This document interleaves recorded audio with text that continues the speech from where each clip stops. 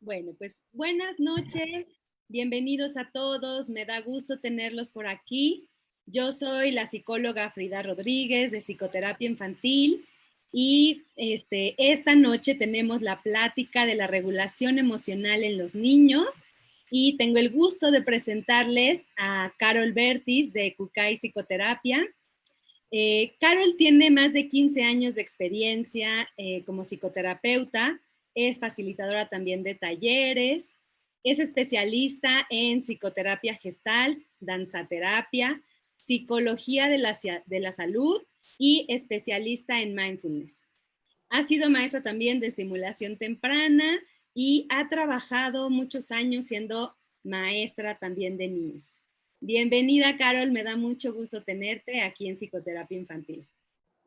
Hola Frida, ¿qué tal? ¿Cómo estás? Buenas noches. A mí también me da mucho gusto la invitación. Creo que pues es un tema súper interesante y pues me encanta poder compartirlo contigo aquí Sí, en Psicoterapia Infantil. gracias, me da mucho gusto. ¿Quieres? En el momento en que tú quieras, podemos empezar.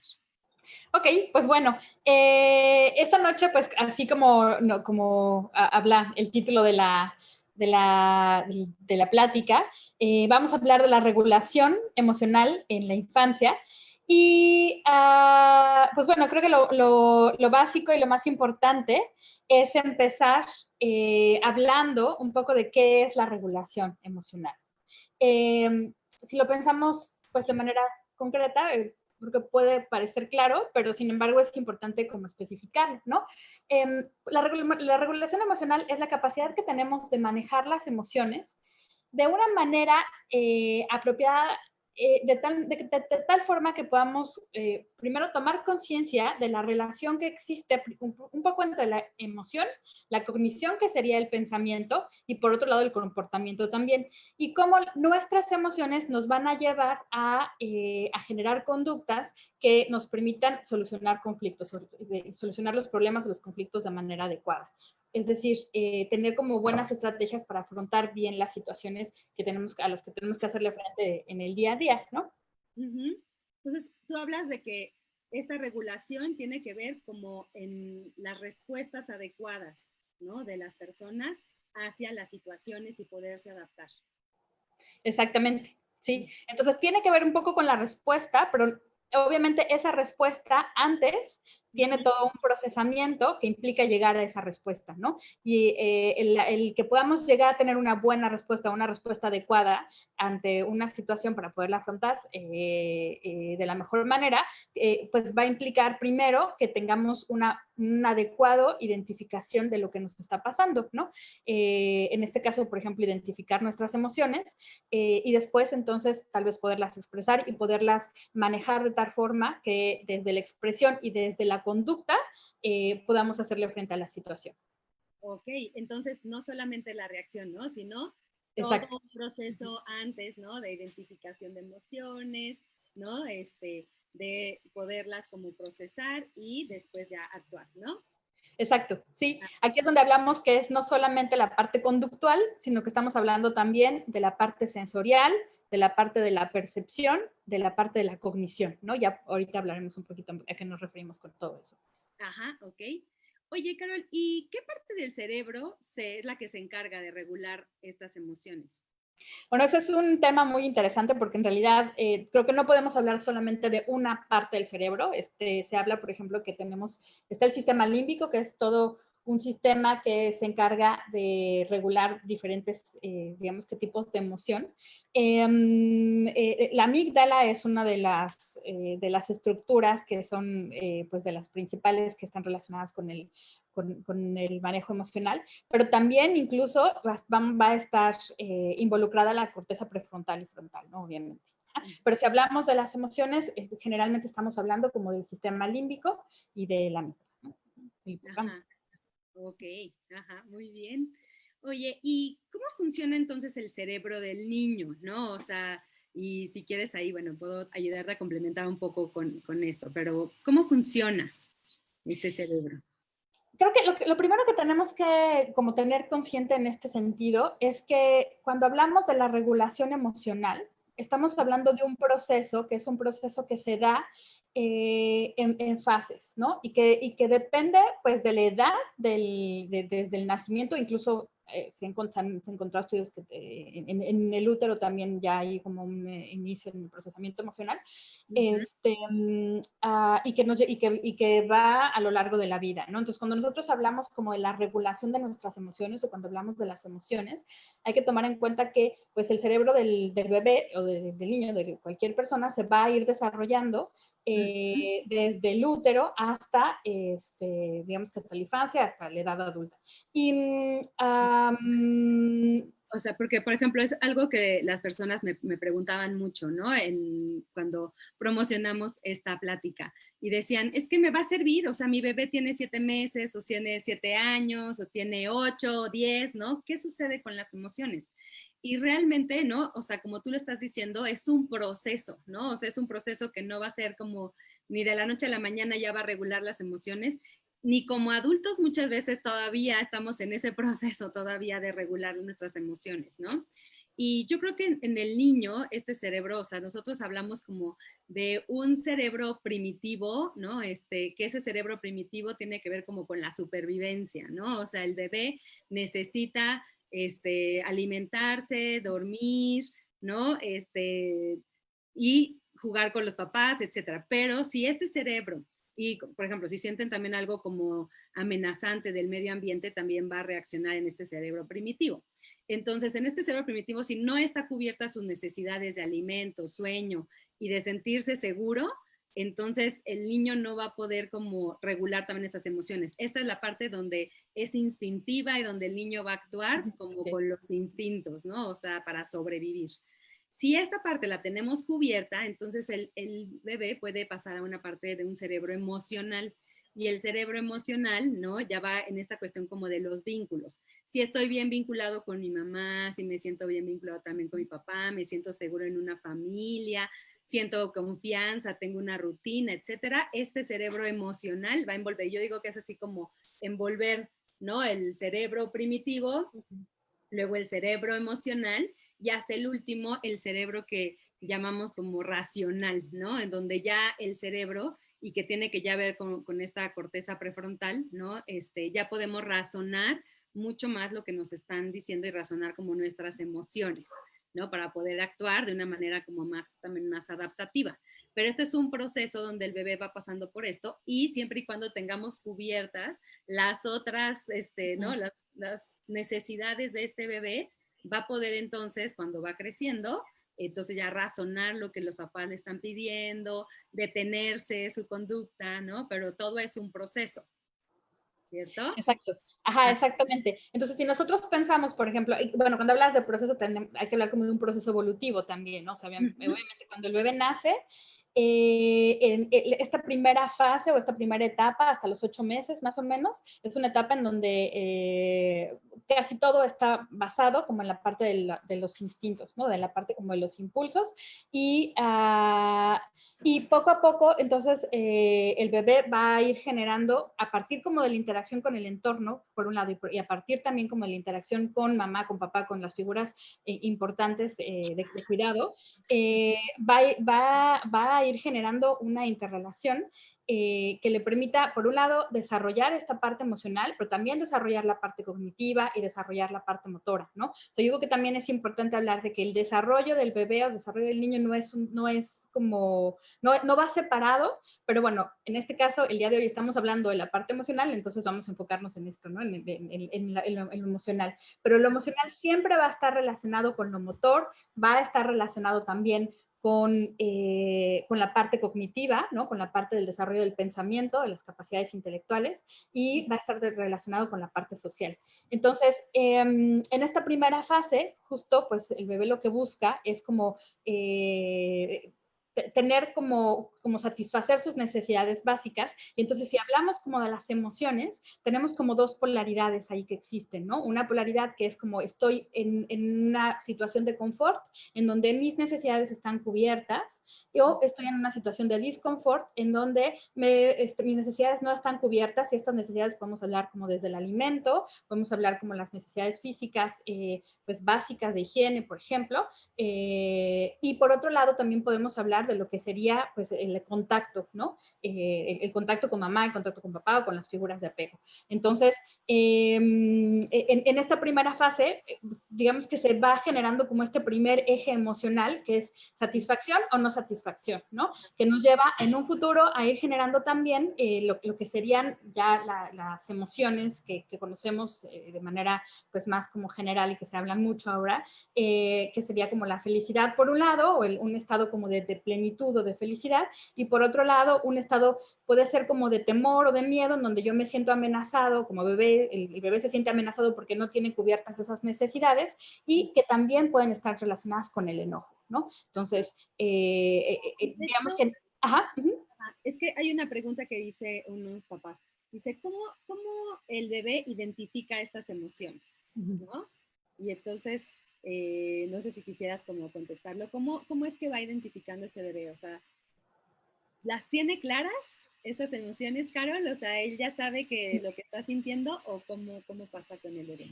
Claro, en esta fase, pues realmente, digamos que esta parte cognitiva no está desarrollada aún, ¿no? O sea, lo único que tiene consciente el bebé es que está satisfecho o no está satisfecho en sus necesidades básicas, ¿no? Entonces, si el bebé está satisfecho en esas necesidades básicas, va a sentir un estado de plenitud, va a sentir un estado de placer, y entonces tenemos que, más o menos a partir de los 3 meses, nos empiezan a dar ya una sonrisa social, ¿no?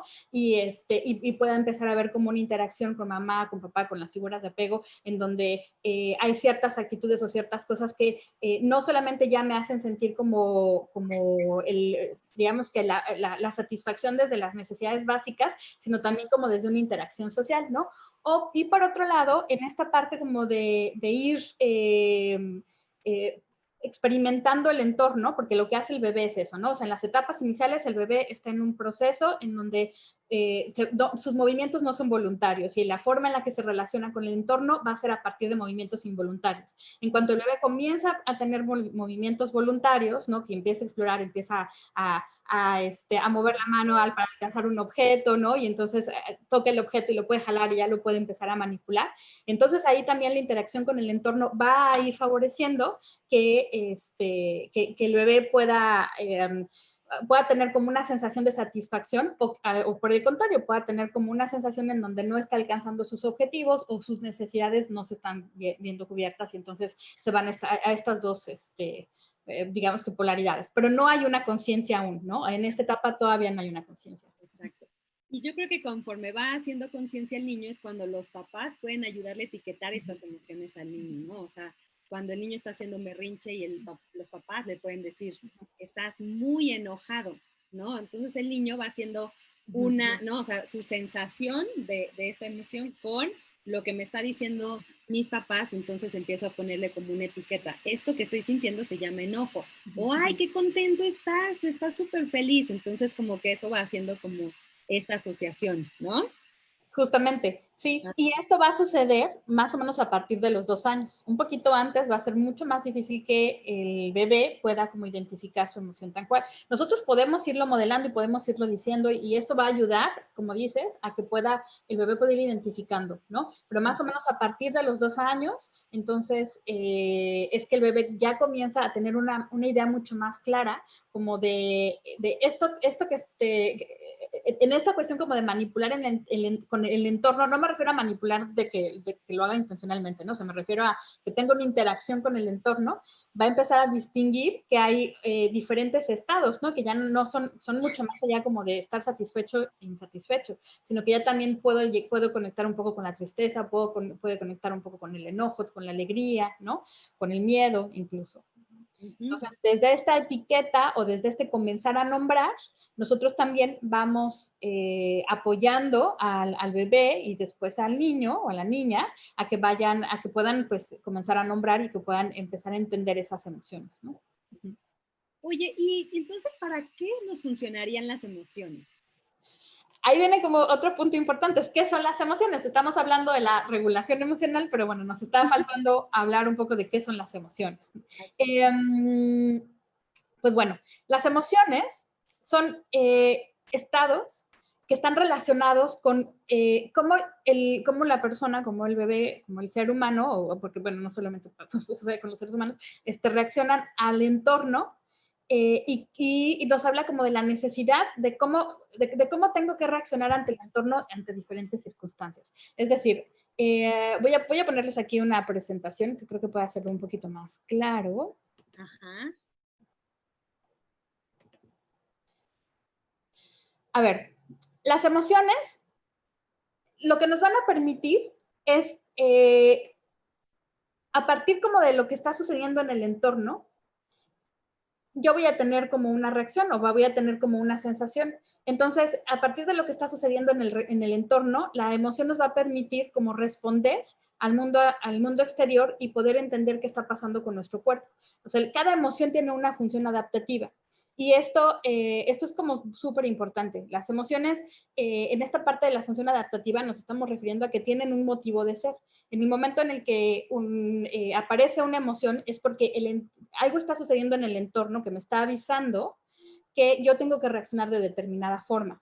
Y eso me va a ayudar a que pueda como adaptarme a ese entorno de manera más adecuada, ¿no? Entonces, van a provocar reacciones en nuestro cuerpo, van a hacer también como el reflejo de nuestras necesidades y de nuestros deseos. Cuando hablamos de las emociones y de esta función adaptativa, tal vez va a ser mucho más claro que me vaya ya directo como a las emociones, y entonces ahí entendemos mucho mejor como a qué nos referimos con esta función adaptativa. Hay diferentes clasificaciones sobre las emociones. Esta que tengo aquí es una clasificación que, por ejemplo, bueno, se utiliza muchísimo y que nos habla como de las emociones básicas, que las emociones básicas serían la alegría, el enojo, la tristeza, el miedo, la sorpresa y la aversión. Entonces, si nosotros pensamos en esta parte de esta función evolutiva, bueno, aquí está un poco esto que les decía, ¿no? O sea, cuando estamos en la etapa como inicial del bebé, el bebé va a tener como la fase placentera y la fase displacentera, ¿no? O sea, esta experiencia placentera y esta experiencia de falta como de satisfacción de necesidades, ¿no? Que se va a relacionar más con el enojo o con el miedo. Es importante entonces mencionar que las emociones van a tener 3 elementos. Van a tener un elemento que es un elemento fisiológico, que es que en nuestro organismo cada emoción va a causar diferentes reacciones a nivel químico, a nivel neuroquímico, que van a generar una reacción diferente en nuestro organismo. Ajá. Esa sería la parte fisiológica que está relacionada con lo que sucede a nivel pues de la fisiología y de la parte como interna, de la parte neuroquímica y del cerebro y de lo que sucede a nivel de las hormonas, etcétera, y que también se refleja a partir de las sensaciones que tengo. Hay una parte que tiene que ver con lo cognitivo y cuando hablamos de cognitivo nos referimos a los pensamientos, ¿no? Todas las emociones van a tener un pensamiento que está relacionado con esa emoción. Y nos referimos también a la parte conductual, o sea, las emociones tienen elementos conductuales, es decir, cómo se manifiesta hacia afuera a partir, por ejemplo, de una expresión facial, a partir de gestos, a partir de movimientos, ¿no? Entonces, si pensamos en la alegría, su función adaptativa de manera como muy concreta es que nos lleva a la reproducción de lo que nos hace sentir bien o a la socialización. Y entonces, digamos que a nivel conductual, la manera en la que se manifiesta es que pues nos reímos y se forman estas patas de gallo que muchos le llaman la mirada de Duchenne, ¿no? Las mejillas se elevan, se aprecia como un movimiento en los ojos que es como muy evidente cuando estamos contentos, hacemos una sonrisa. Esa sería la parte conductual. La parte de los pensamientos es que muchas veces cuando estamos alegres, pues nuestros pensamientos van como desde el lado más como optimista, como positivo, ¿no? Y en la parte neuroquímica también están sucediendo, digamos que una serie como de cambios a nivel de los neurotransmisores que nos van a llevar bueno, que están relacionados con esta emoción, ¿no? Por ejemplo, en el caso del miedo, la función adaptativa del miedo tiene que ver más con la tendencia a la protección o a la supervivencia. Y entonces, en esta parte como conductual, pues vamos a tener, por ejemplo, que hay que nuestra cara cambia totalmente, ¿no? Entonces, cuando tenemos miedo, abrimos los ojos, como que levantamos un poco, abrimos un poquito los labios, ¿no? Y tendemos como a tener una postura un poquito de protección. Y también los pensamientos que se relacionan con el miedo normalmente están como, van girando mucho como alrededor de algo del peligro que está relacionado con esta emoción. Por ejemplo, cuando nosotros pensamos en que podemos tener miedo, generalmente se da cuando hay una amenaza, ¿no? Hay una amenaza en el entorno, entonces lo que yo percibo del entorno es miedo perdón, lo que percibo del entorno es una amenaza y entonces a nivel de mi cuerpo empiezan a suceder cosas que me van a llevar a una reacción fisiológica, a una sensación, a la emoción del miedo y que se va a representar a través de una conducta, ¿no? ¿Me sigo con las funciones adaptativas de todas las emociones? Sí, si quieres. ¿Sí? Ok. La función adaptativa de la ira tiene que ver más con la protección o la defensa del territorio. Y obviamente desde la parte conductual, pues también hay todo digamos que un rictus facial que es muy característico, que es pues cuando las cejas se bajan, se juntan, la mirada se enfurece, los labios se estrechan, nos ponemos tensos, ¿no? Y generalmente adquirimos como una postura como de fuerza o de defensa, ¿no? En el caso de la tristeza, por ejemplo... ¿Puedo interrumpir tantitito? Creo sí, que claro.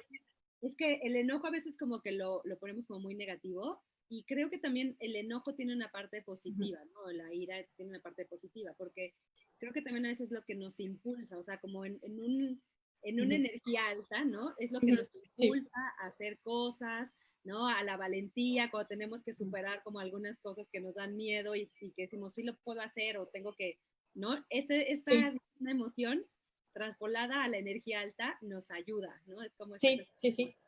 no, sí, es cierto. No, y creo, ayudan mucho también, ¿no? O sea. Y creo que lo importante también como de hablar de las emociones es que no estamos hablando como de emociones positivas y de negativas, ¿no? O sea, lo que quiero un poco, y que tú estás marcando ahorita muy bien, es que no es que haya emociones positivas y negativas, sino más bien vamos a tener emociones que nos van a hablar de que nosotros necesitamos reaccionar ante el entorno de determinada forma. Y en el momento en el que yo identifico por qué tengo que reaccionar de esa manera, pues entonces voy a, bueno, a veces ni siquiera lo identificamos, ¿no? Simplemente reaccionamos y ya, ¿no? O sea, la idea es que las emociones nos llevan a eso, es como a reaccionar ante el entorno. Ajá, tienen una función, o sea, tienen una utilidad, ¿no? Para nosotros, que no nada más es como esta cuestión de están bien, están mal, ¿no? Sino todas son buenas, pues, ¿no? O sea, todas tienen una utilidad.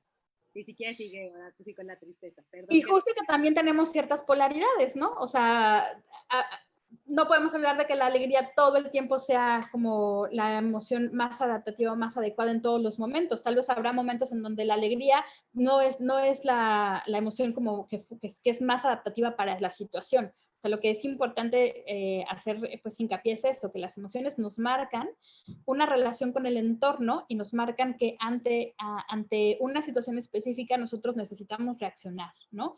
Y que esa reacción nos va a llevar como a la adaptación ante el entorno, ¿no? Ante una situación específica para afrontar algún problema, etcétera, ¿no? Exacto. Okay.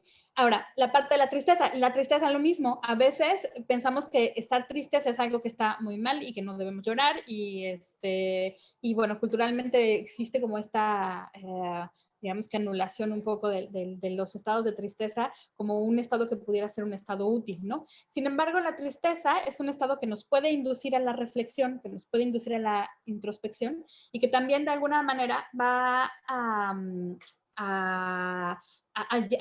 generar un estado como que desde el entorno, desde la parte social, me hace ver como vulnerable, ¿no? Y entonces desde allí es fácil que el entorno pueda proporcionarme apoyo. Entonces, si en este determinado momento yo no tengo como la energía, la fuerza suficiente como para hacer cierta actividad o para hacerle frente como a alguna situación, puedo como tomar el apoyo del entorno a partir como también de esta tristeza, ¿no?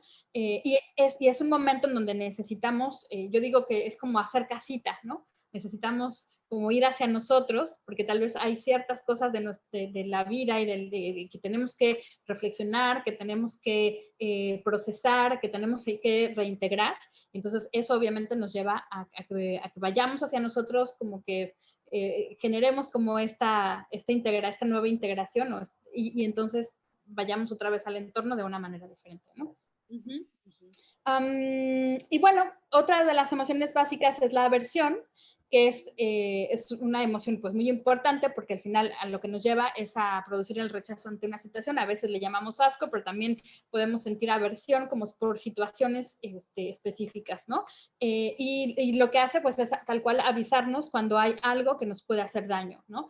Algo, si lo pensamos como desde el asco, pues es algo que nos va a llevar a darnos cuenta, pues tal vez de que hay cierta comida que está hecha a perder, etcétera, ¿no?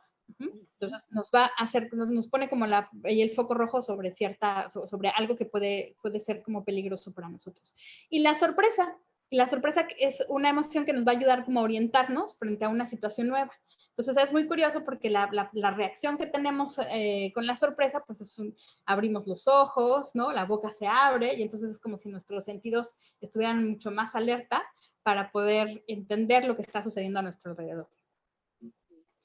Entonces, si hablamos de las emociones, pues esto sería como, digamos que la parte interesante y muy importante de conocer de las emociones, porque si nosotros tenemos consciente que cada emoción tiene una función en nuestra vida, podemos, por un lado, pues asimilar que estamos necesitando cierta reacción en determinadas situaciones, pero también podemos ayudar a apoyar a los niños y a las niñas a que puedan entender mejor por qué están sintiendo lo que están sintiendo, ¿no?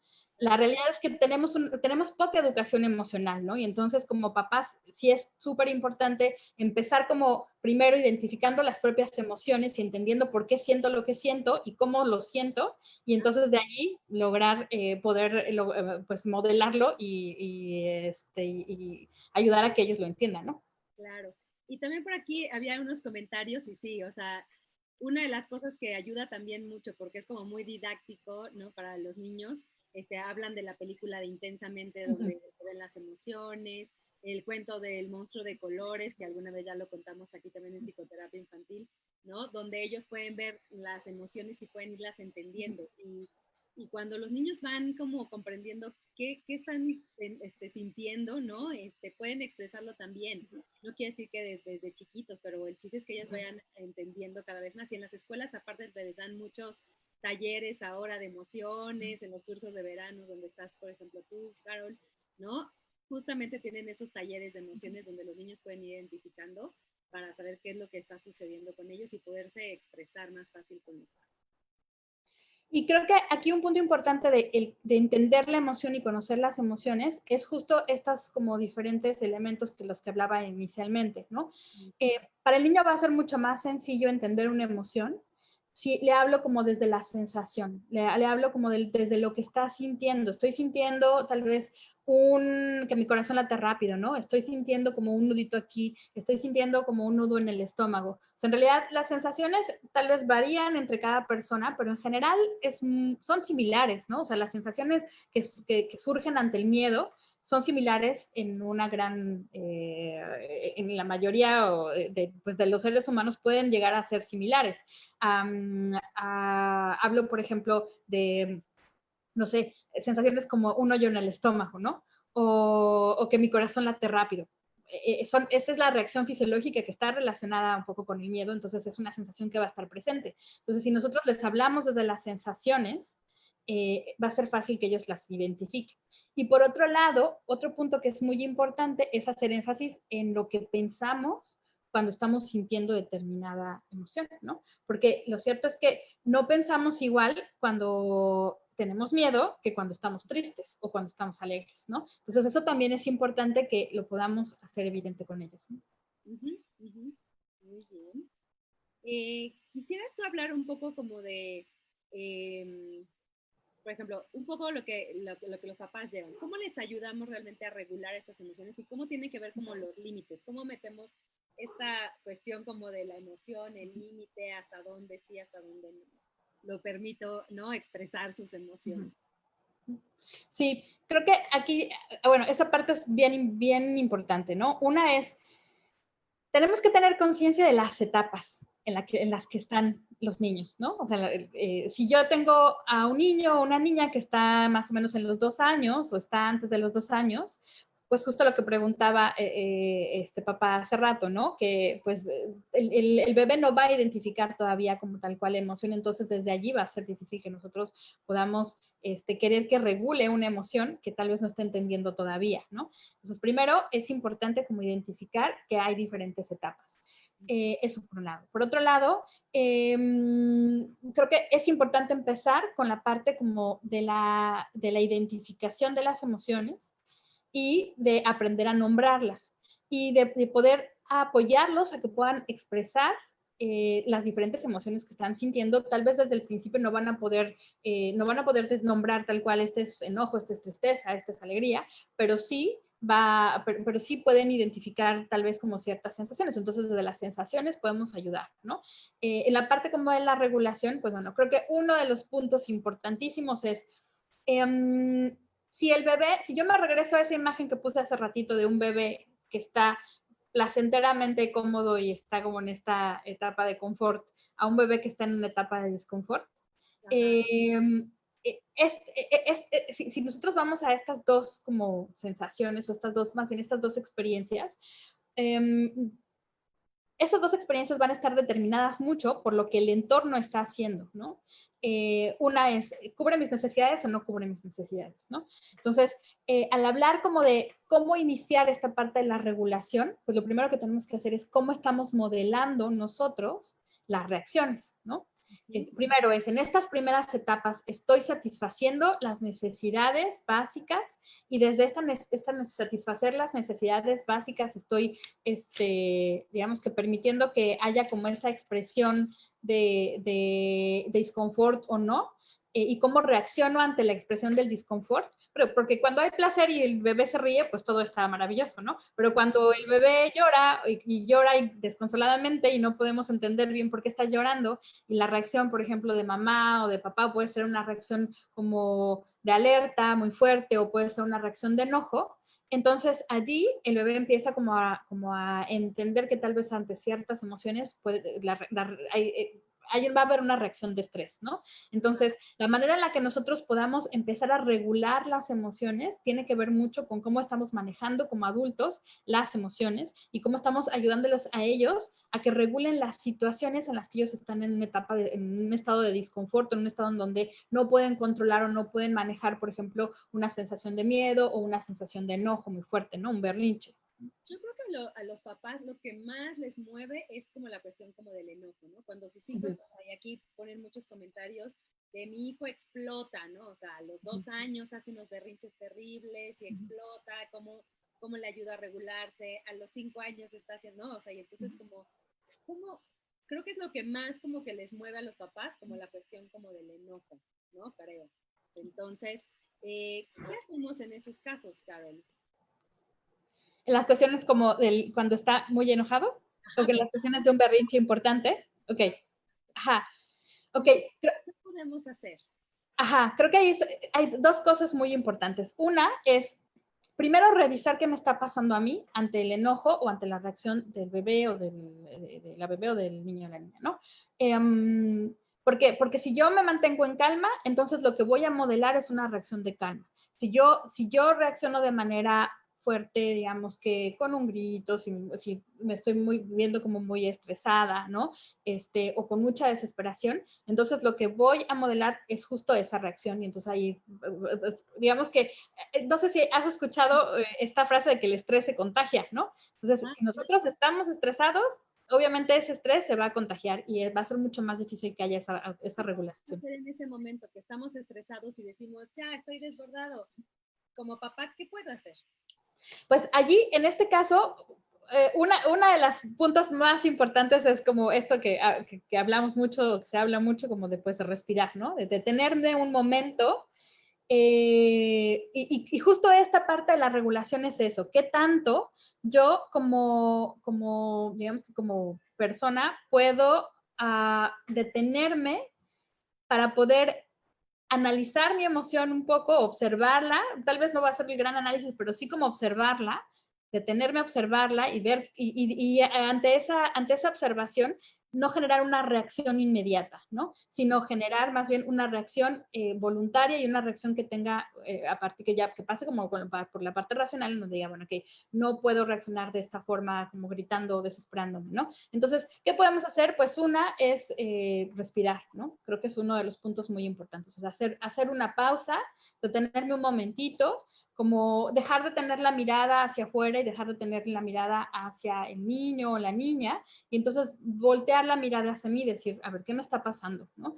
Estoy sintiendo justo lo que nosotros les pedimos a ellos que hagan, ¿no? Estoy sintiendo así, o sea, mucho enojo, estoy sintiendo en mi estómago fuego, ¿no? O sea, como una sensación muy fuerte, mi corazón está latiendo muy rápido, me están sudando las manos, ¿no? Esto lo podemos hacer muy rápido finalmente, ¿no?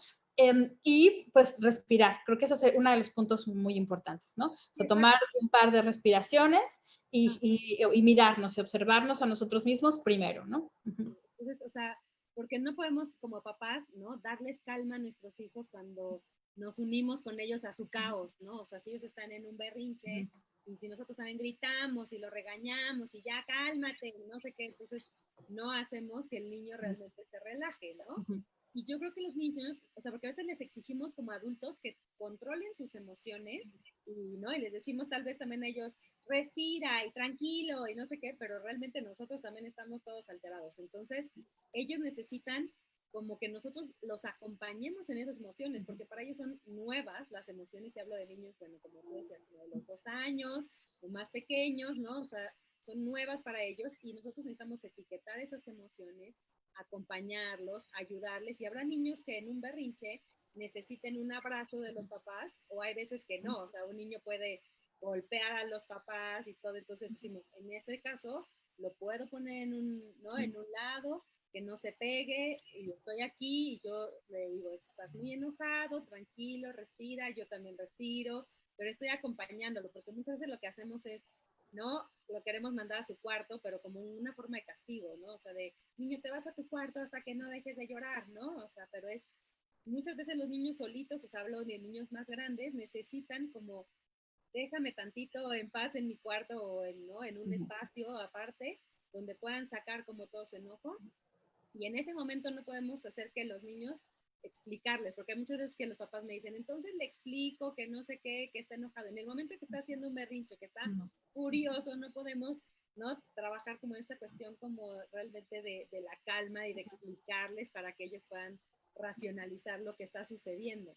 En ese momento necesitamos más bien ayudarlo a que él vaya pasando esta emoción fuerte, acompañando y viendo realmente las necesidades de este chiquito, y ya hasta que se calmen, entonces ya podemos hablar, y ya podemos hablar como hasta de poner normas, ¿no? Porque a veces queremos que en el momento de que está sucediendo todo ¿no? El enojo y demás, en ese momento queremos enseñar los límites y las normas y decir, es que esto no se hace porque no sé qué, lo único que hacemos es incrementar como, ¿no? Sí, justo. No, y no le estamos ayudando a regularse.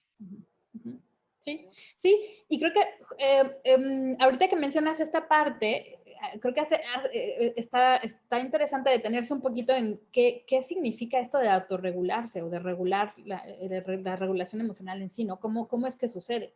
Y la manera en la que sucede es que, o sea, en realidad lo que estamos logrando es pasar como de una reacción de impulso a una reacción más racional o a un responder. De repente, a mí me gusta hacer como esta distinción entre la diferencia entre reaccionar y responder, ¿no? O sea, cuando yo reacciono, lo que hago es que ante el estímulo y ante la emoción, entonces voy a generar una conducta, voy a generar una respuesta que va a ser una respuesta impulsiva, ¿no? A diferencia de cuando me detengo y hago hago como un procesamiento ya de lo que me está sucediendo, y entonces desde ese procesamiento que estoy haciendo, voy a tomar una decisión para generar para responder, ¿no? Para generar una conducta. Y obviamente, si para nosotros como adultos es difícil generar eso, o sea, llegar a esta parte de la regulación emocional, imagínense para los niños, ¿no? O sea, si para ellos está haciendo, incluso las emociones, está haciendo algo totalmente nuevo, ¿no? Entonces, pues... yo creo que yo muchas veces, por ejemplo, en el consultorio les digo a los niños, ¿no? O sea, porque a veces el niño quiere inhibir, o sea, y cuando habla de sus emociones ya niños, ¿no? Más grandes, están así como que es que ya no me quiero enojar, ¿no? O sea, porque piensan que está mal, ¿no? O sea, y entonces no me quiero enojar. Y a veces les digo, bueno, es que todos nos enojamos y está bien enojarse porque también es la forma de poner como límites, ¿no? A lo que no quieres.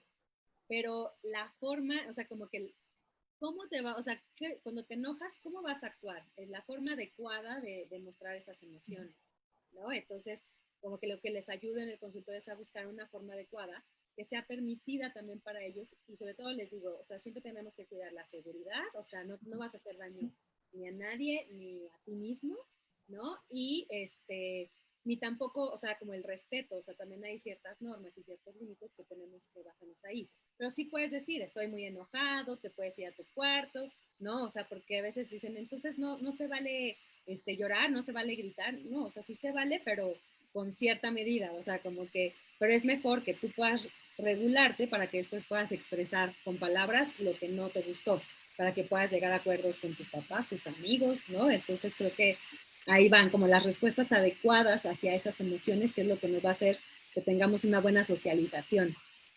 Sí, exactamente. Sí, y bueno, y mencionas la otra parte que es súper importante, que es la parte de la socialización, ¿no? Inicialmente, pues en las primeras etapas, el bebé va a reaccionar de manera impulsiva y poco a poco va a entrar como a un mundo social en donde empiezan a haber ciertas normas, ciertos límites, y en donde empieza a haber también la posibilidad de expresarme de forma diferente, ¿no? De poderme comunicar ya a través, por ejemplo, del lenguaje verbal, de poder hablar, de poder decir lo que siento, ¿no? Entonces, la cuestión como de cómo ir como conjuntando esta parte de la emoción o de lo que, a lo que me lleva mi cuerpo desde la cuestión adaptativa, o a lo que me lleva a mi ser pues, desde la cuestión adaptativa, a cómo me voy a encajar como en el entorno, voy pues sí, a estar como dentro de un entorno social, pues ahí es donde también entran como lo que serían las normas y los límites, ¿no? Antes de pasar a las normas y los límites, creo que me gustaría solamente, hablabas tú de un punto como súper importante cuando hablamos de la regulación, o sea, ¿qué podemos hacer como papás? Pues cuando hay un berrinche muy grande o no hay una posibilidad como de que haya una buena regulación emocional. Entonces, bueno, primero creo que lo importante es como revisarnos nosotros, revisar qué nos está pasando, poder mantener como un estado pues, de calma, ¿no? Ante esta reacción. Y creo que esto que dices es muy importante, o sea, vamos a buscar como la seguridad del niño o de la niña,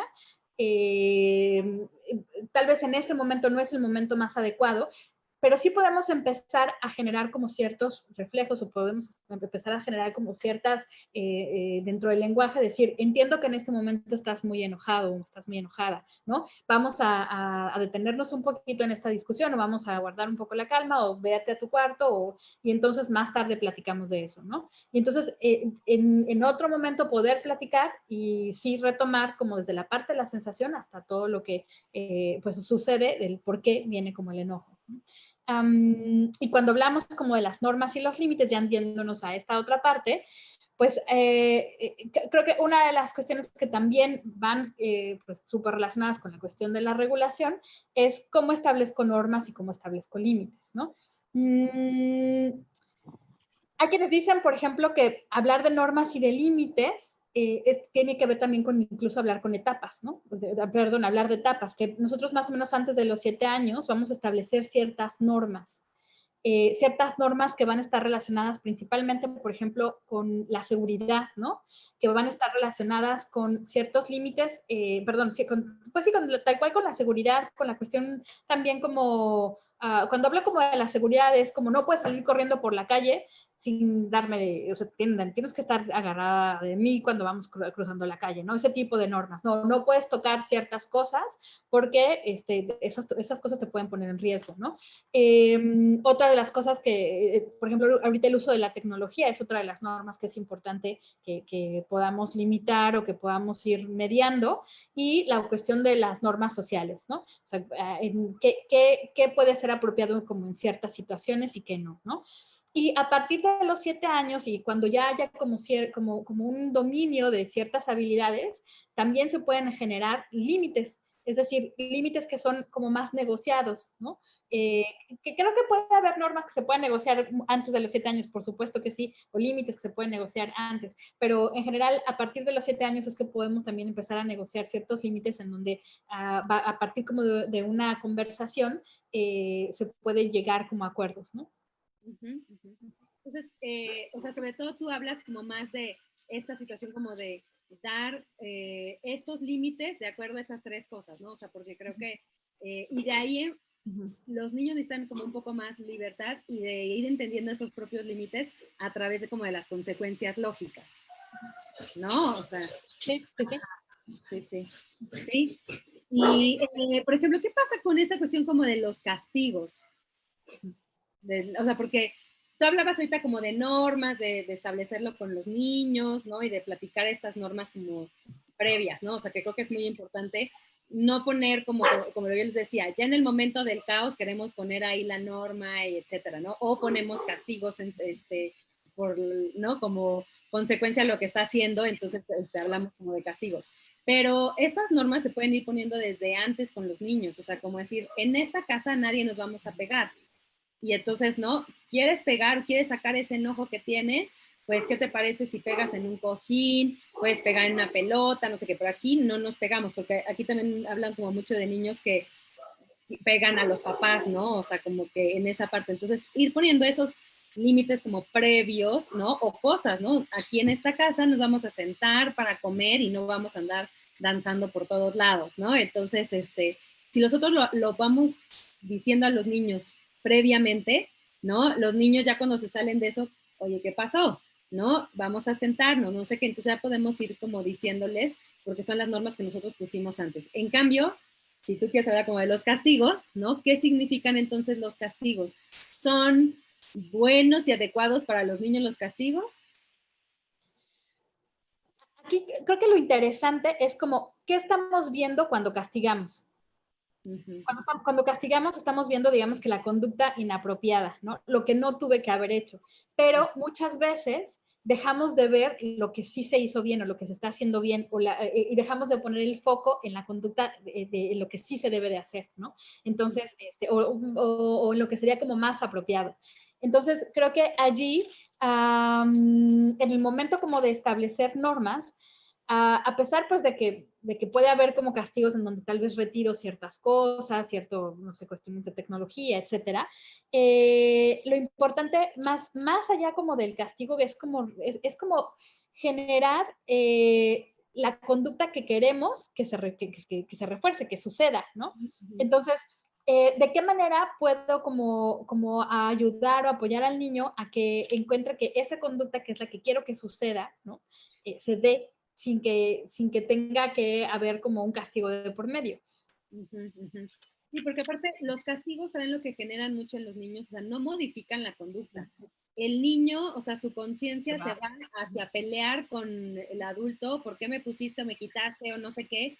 Y lo que genera es más enojo, ¿no? Frustración, etcétera, porque tú me estás quitando, pero no están haciendo los niños conciencia de su propia conducta, o sea, como que eso ya se les olvidó, ¿no? Lo que hicieron bien o lo que hicieron mal, o lo adecuado o lo inadecuado, sino están pensando de por qué me quitaste la tele y generan como toda esa sensación de frustración con los padres y no modifica tal cual la conducta.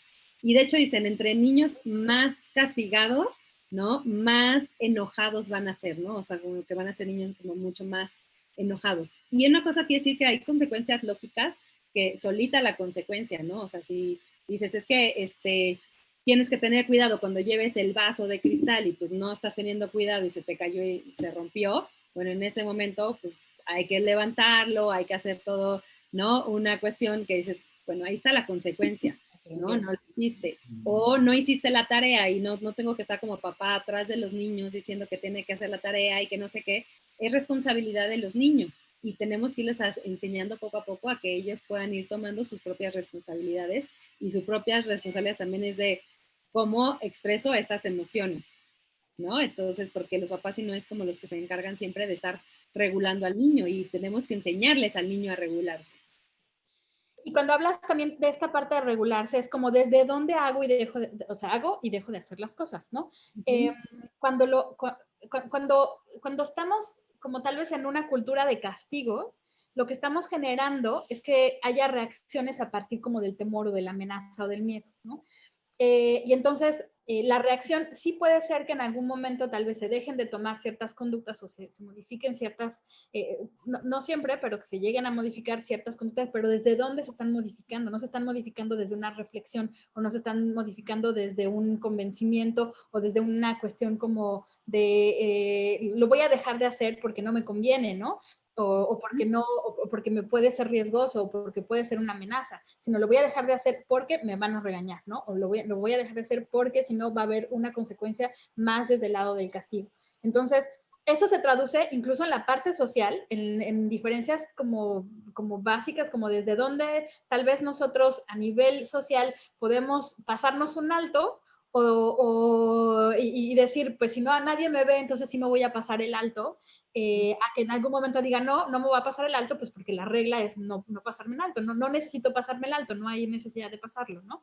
Que es como una diferencia importante tal vez entre diferentes pues culturas o sociedades que pueden haber y que nuestra cultura muy en particular, cultura mexicana, podemos, pues la cultura del castigo es una cultura que está presente, ¿no? Que se va a dar más como desde que haya un convencimiento del por qué estoy haciendo las cosas de una cuestión, desde un punto de vista ético, a más bien lo voy a hacer porque me van a castigar o no me van a castigar.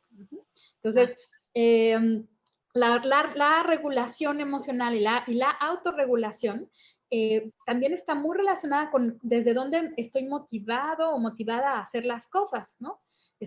Si las voy a hacer como desde el temor y las voy a hacer como desde lo que vayan, desde lo que el entorno me está pidiendo que haga, o si las voy a hacer porque yo necesito hacerlas y quiero hacerlas y es parte de mi necesidad y mi deseo, ¿no? Sí, y de hecho, bueno, hay como muchas preguntas también aquí acerca como del confinamiento y las emociones y la regulación emocional, ¿no? Y hay muchos papás que dicen, mis hijos pasan de la alegría al enojo, a la tristeza, ¿no? Hay muchas explosiones de enojo ahora en el confinamiento. ¿Tú qué nos puedes platicar como de esto, Carol? Creo que es importante pues mencionar que en este momento es algo que es normal, ¿no? O sea, que al final de cuentas, en el día a día, un niño y una niña van a pasar por estos estados emocionales de manera constante, porque además, pues es parte como de su aprendizaje y es parte como justo del periodo y la etapa en la que están. Y si nosotros lo hacemos también, obviamente ellos que están empezando como a entender el mundo y a aprender el mundo de formas diferentes, pues esos estados de ánimo son como constantes, ¿no?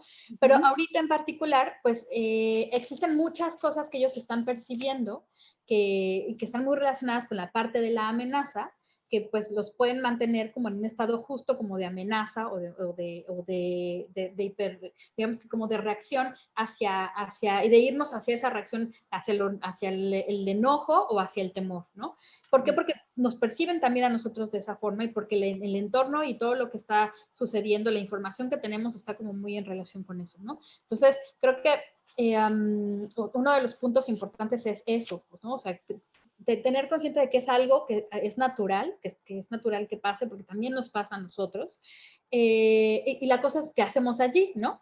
Y es, en estos momentos sí necesitamos encontrar estrategias para poder apoyarlos a ellos a mantener un poco más de calma, ¿no? Ahora, la otra parte, pues es que probablemente dentro del confinamiento están habiendo situaciones en donde ellos no están pudiendo como tener como todas las actividades y sacar como toda esa energía que tienen y poder como correr, poder estar como en un espacio abierto, poder tener contacto con sus compañeros, con sus amigos, etcétera.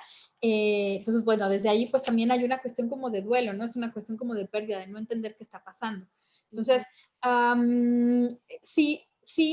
pues sí requiere que en estos momentos tengamos estrategias pues para que ellos puedan, por un lado, desarrollar como esta parte del potencial creativo en casa, que tengan como esta posibilidad de que esa energía que está ahí presente la puedan como manifestar de diferentes maneras a partir como de una cuestión creativa, a partir de una cuestión de movimiento, etcétera.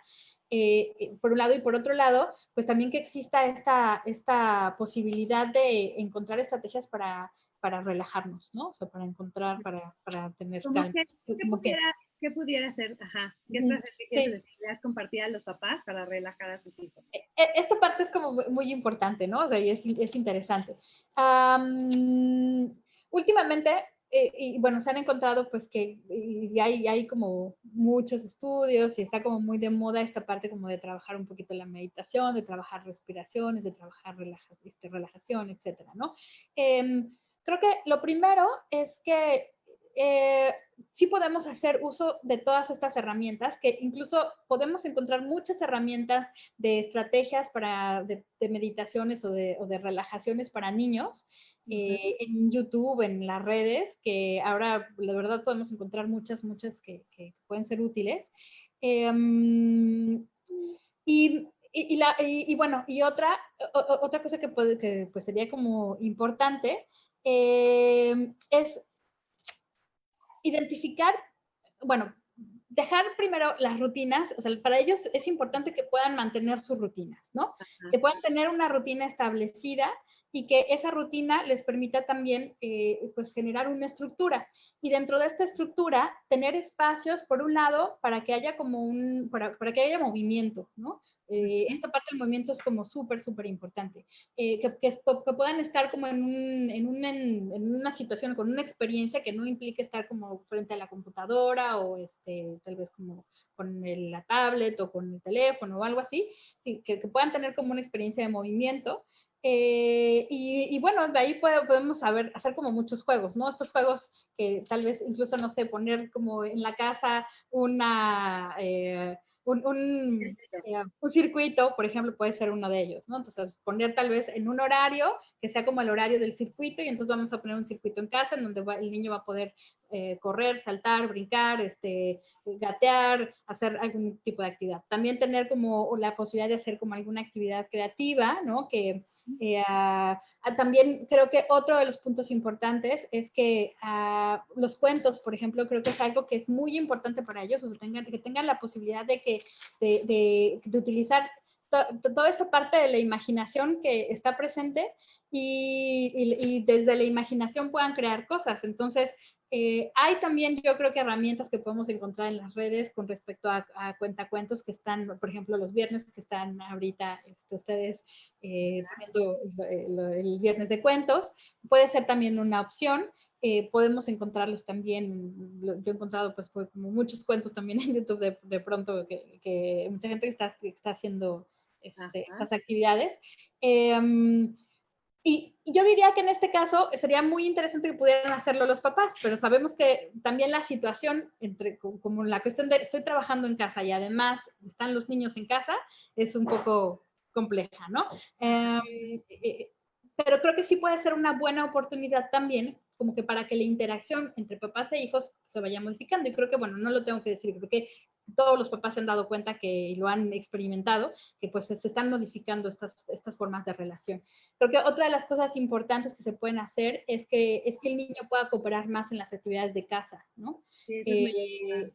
Ajá. Y que además de que le va a permitir como tener una actividad, va a adquirir también una cuestión como de responsabilidad y que le ayuda también en la cuestión de decir, me estoy sintiendo como útil porque tal vez ahora ya ayudé a mi mamá a cocinar, ¿no?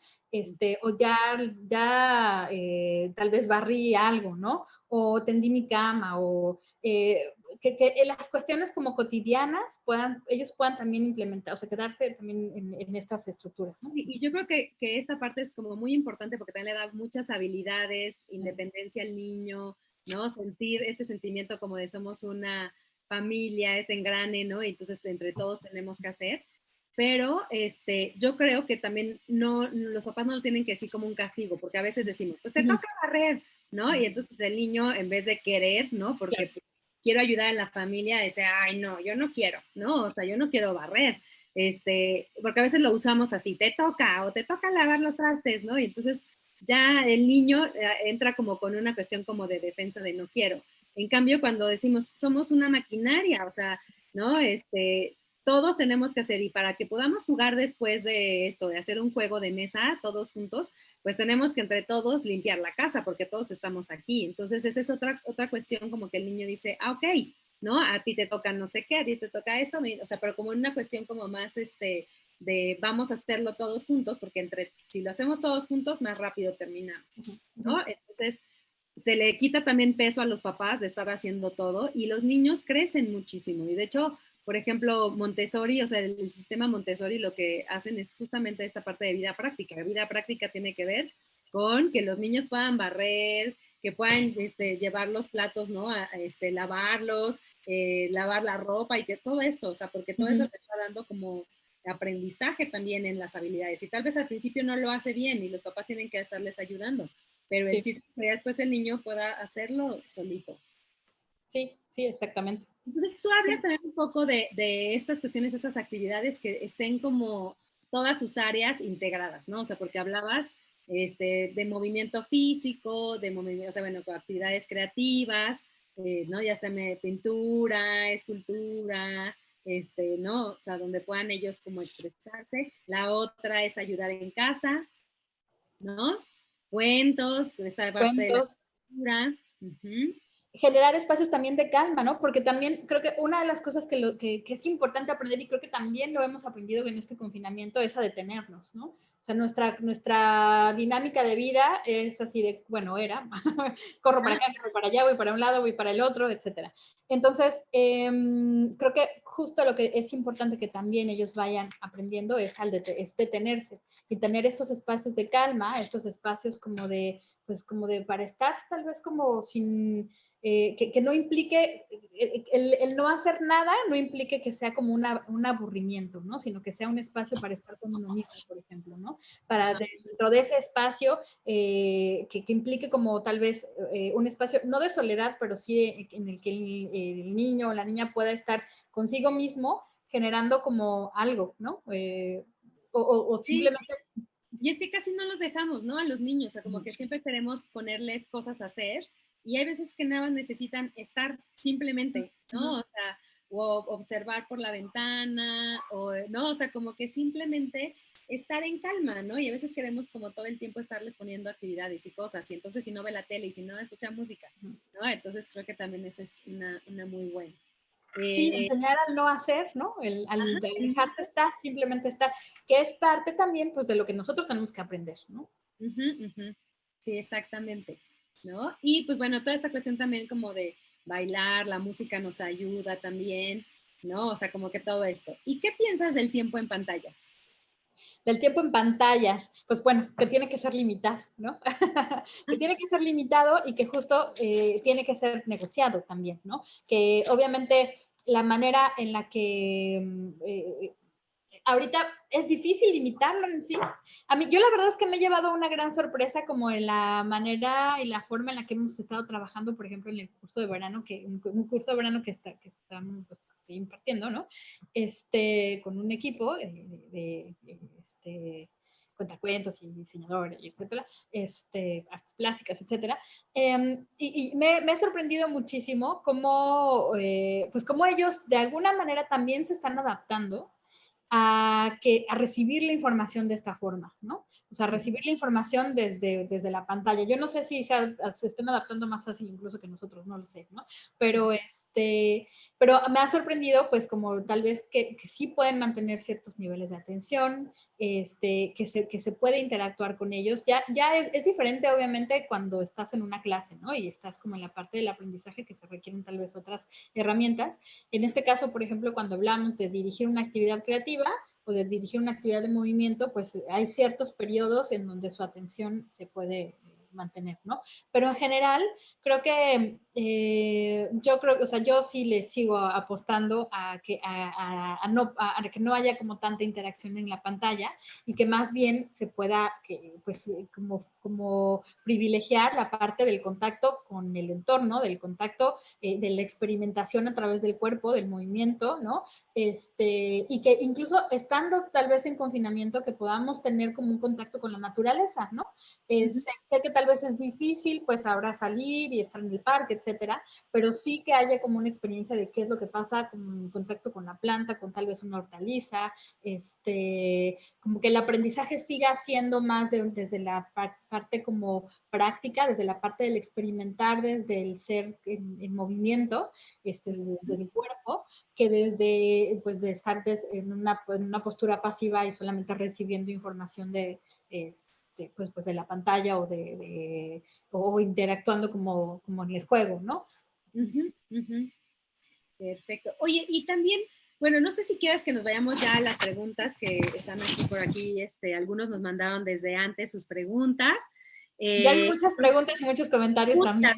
Muchas preguntas, entonces creo que va a ser un poco difícil contestar todas, pero, por ejemplo, o sea, bueno, Laura Carrillo había dicho lo de su hija, ¿no? Que en la pandemia cambia de una emoción a la otra y que por todo llora, cómo ayudarla, ¿no? Entonces, un poco ya dijiste, bueno, como esta rutina, etiquetar estas emociones, ayudarle como a la calma, ¿no?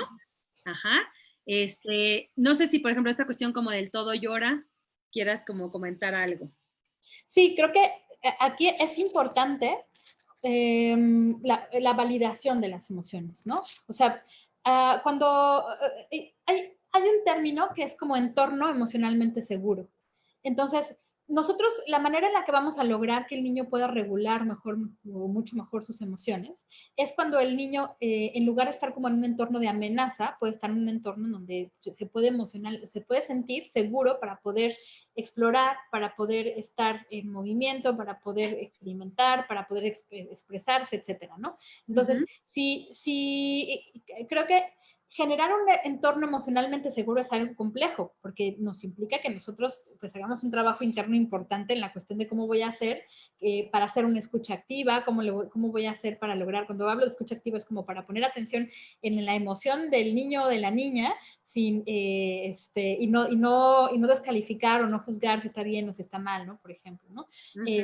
Para ponerlo como una postura empática y poder entender tal vez cuál es como lo que está sucediendo desde su experiencia. Entonces, pensar, por ejemplo, en una situación en donde hay mucho llanto, yo creo que es importante, pues primero, revisar como desde la expresión qué está llevando o qué está pasando a que haya como esta sensación de tristeza o de llanto, ¿no? Y para que pueda haber esa expresión es muy importante que haya pues justo como una escucha en donde se valide como la emoción. Cuando digo validar la emoción me refiero como decir, entiendo que estás tal vez triste o entiendo que estás enojada, entiendo que tal vez esta situación puede ser compleja, ¿no? Y desde allí como favorecer como la expresión y preguntar tal vez como desde dónde es que se está dando esa tristeza o cuáles serían como las causas que están llevando, analizar un poco como cuáles son como los posibles causas de llanto, ¿no? Si tiene que ver, por ejemplo, con temor, si tiene que ver con desesperación, si tiene que ver con frustración. Creo que ahí es importante analizar esa parte, ¿no? ¿Cuál es como el motivo, cuál es el motivo y el pensamiento que está relacionado con el llanto? Ok.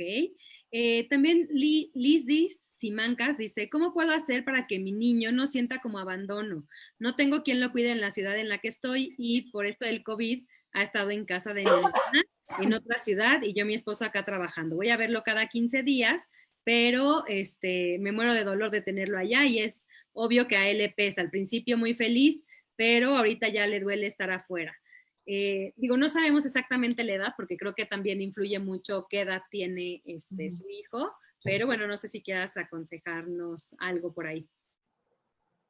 En la parte como del abandono, yo creo que, bueno, es esta sensación. En primer lugar, hay, como lo hemos dicho, ¿no? O sea, esta situación como de incertidumbre, de no estar entendiendo muy bien qué está pasando. Creo que sí la parte de la edad es muy importante como para poder como especificar exactamente qué acciones podrían ser importantes a realizar. Pero por un lado, creo que es importante pues la comunicación constante, ¿no?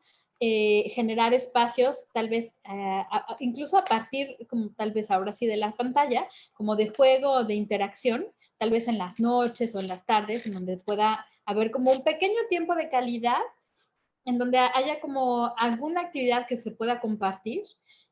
También creo que algo muy importante sería tal vez pues dejar algún objeto o dejar algún muñeco incluso podría ser, ¿no? Es que no sé exactamente qué edad sea la que... Ajá, exacto. Ajá, pero dejar algún objeto, o sea, primero a la hora pues de la separación en donde no me estoy despidiendo, dejar muy claro que voy a regresar, ¿no? Y que hay la posibilidad de que pueda estar en contacto en cualquier momento o en el momento que lo desee, ¿no?